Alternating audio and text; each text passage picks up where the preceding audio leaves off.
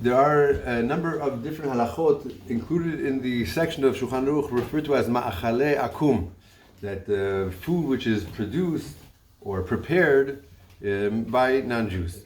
By and large, the reason for most of these halachot is to limit the amount of social interaction between Jews and non-Jews.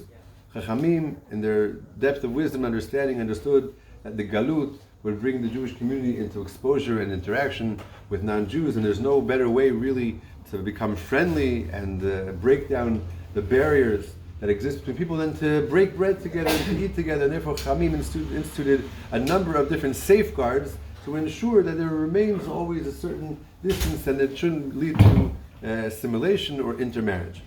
Some of these areas of halacha have certain built-in leniencies, such as pat akum. Maran makes it clear then the requirement to have the bread baked by a Jew was from the get-go a somewhat weak gezeram, because not everybody had access to kosher bakeries.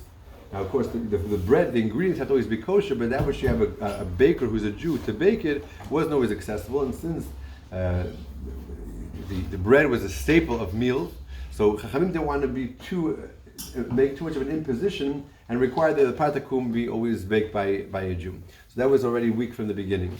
Additionally, bi'amenu, for those who are somech, at least in areas where it's harder to get Chalav Yisrael, people could be somech and gedolim.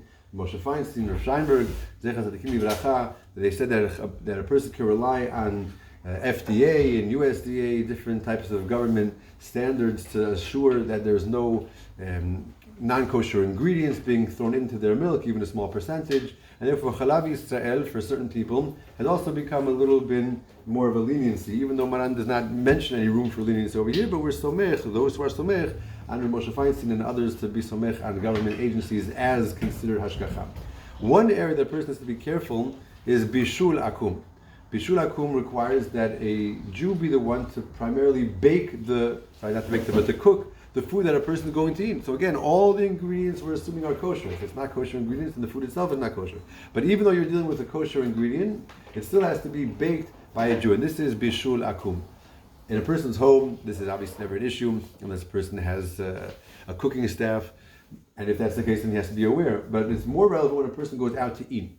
Then all the hashgachot, all restaurants are going to have proper hashgacha on ingredients. Hopefully they have a proper mashgiach that is vigilant to make sure that nothing is being passed off. As we see, unfortunately, even in recent news reports, there are places over the years that unfortunately become wayward and pass off non-kosher food. But assuming that all the food is kosher, and therefore the entire neighborhood might go to such a place to eat, someone who's Sephardic has to be a little bit more careful.